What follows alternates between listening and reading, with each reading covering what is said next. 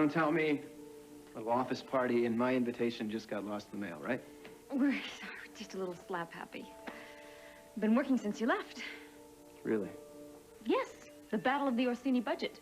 Ted here knows it like the back of his hand. Is that so? Been crunching those numbers up like they were candy. Smack, smack, smack. I thought I made it perfectly clear that I would be overseeing Ted's apprenticeship in the Orsini vineyards, not you. I don't want you involved on any level. I was just trying to help. Do I get a paycheck with this gig? Sure. Salary, bonuses, the whole works. Can I afford an assistant? Absolutely. I'll contact human resources tomorrow if you like. You want the job? Funny you should ask. I've had a lot of time on my hands lately. It might be just the thing. Did you two get together and rehearse this, or is this just, you know, making it up as you go along? Either way, it doesn't matter. Dixie Cooney is not punching a time clock with this company. Period. And a report. Ted, would you mind waiting outside for a few minutes? There's one or two things I'd like to straighten out with Mr. Martin.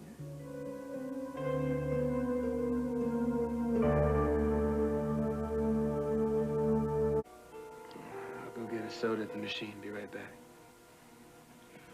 Take your time.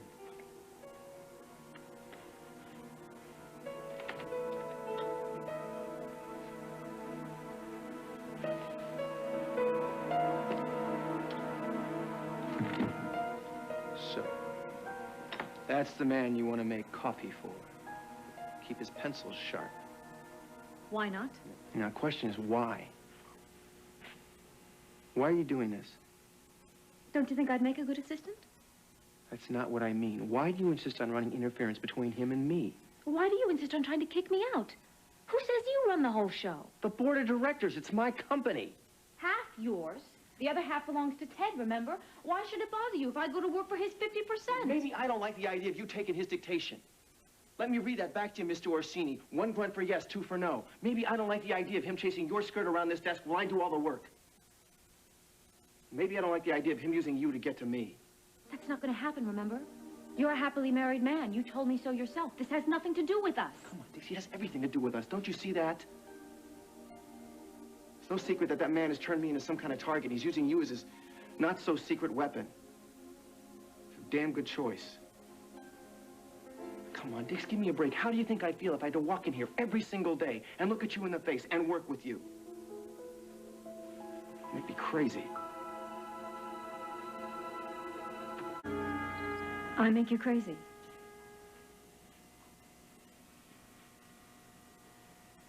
Well, turnabout's fair play.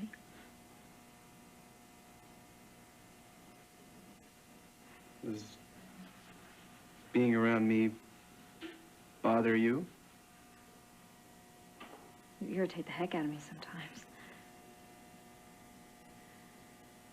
Sometimes you make me want to cry. Or worse.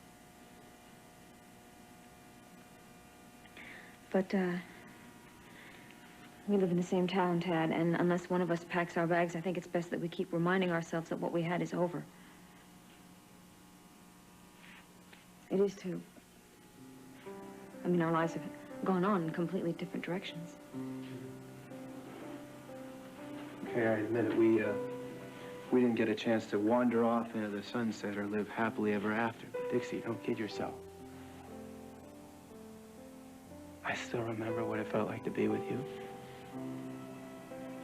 Hell, sometimes I still feel it.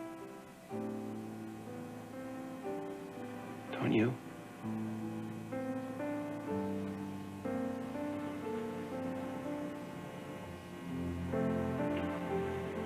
Is this causing problems for you and Brooke?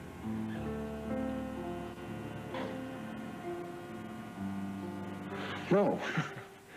No, we're fine. Brooke, me and Jamie, we're perfectly happy. Wonderful. That's great, you know, because seeing you with Brooke is a real great reality check for me. Helps me accept things the way they are, the way they have to be. And working with him is part of the way things have to be. Not exactly. Well, then why... I'm not saying you should drop the guy, but why can't you just let him sink or swim according to his own merits? Maybe I don't want to. Maybe I enjoy the time we spend together. 40 hours a week? Maybe I'm interested in him more than just on the job. Maybe I think we have a future together. Maybe he's just the man for me.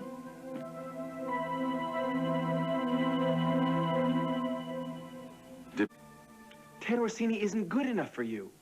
That is not for you to say. I'm really sick of the dire warnings and predictions about Ted. Not one of them has come true. As a matter of fact, I'm really beginning to enjoy the time I spend with him. Every time I see him, I like him more and more. Well, take another look. No. Look, if I want to be with him, if I want to work with him, if I want to date him, if I want to have a mad, passionate affair with him, that is my business, not yours. You don't have anything to say about that. Do you finally understand that? You got what you want, and now it is my turn. So keep your opinions to yourself and stay the hell out of my way.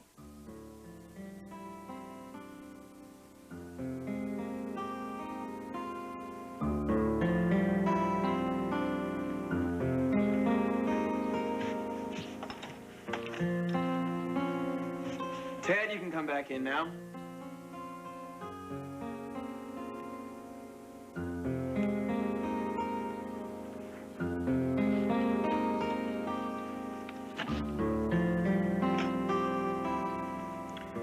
I'd like to make one thing clear. We have no hard, fast rules around here. If you want to take on Miss Cooney as your advisor, assistant, or whatever title you choose, it's between you and her. Tell me something I don't know. It's late. I'm going home.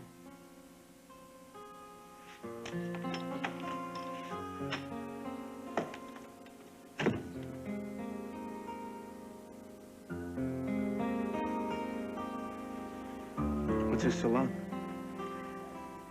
Oh, our Tad has a lot in common with a brick wall. I had to convince him he can't call all the shots all the time. How'd you do that? Make him feel sorry for me, tell him I can't read?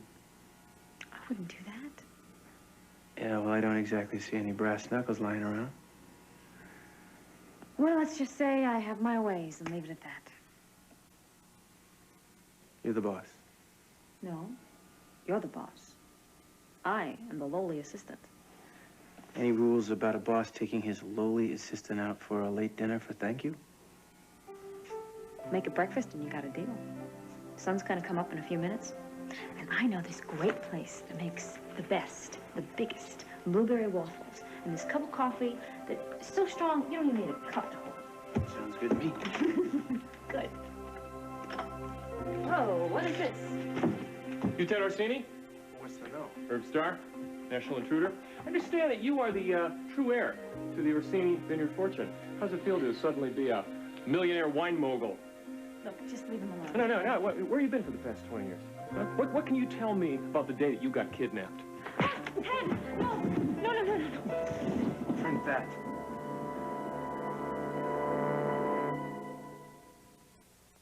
To taste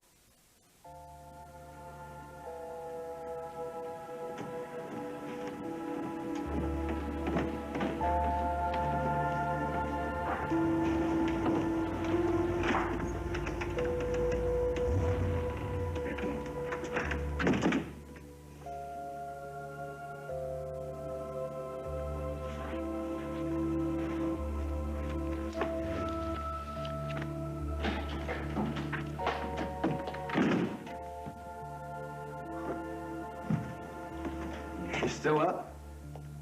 Well, I was worried when you didn't come back home. Yeah, I'm sorry, honey. There was a snafu at the office.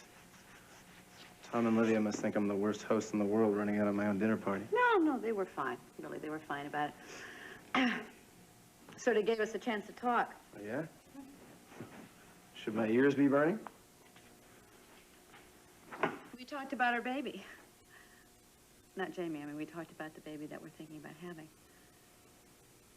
I hope you don't mind my saying something to them. What did they think? They expressed every wish for our happiness, mine and yours.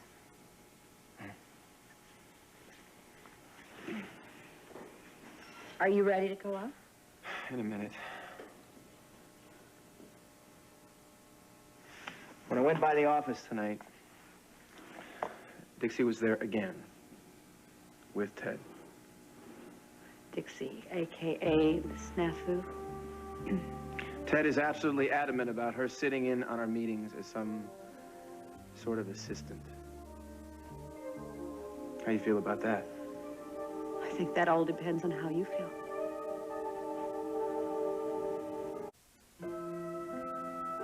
How I feel is irrelevant. Ted and Dixie, they voted me down. I mean, so much for a democratic process. Either I turn my back on Nola's son, or Dixie just simply comes with a package.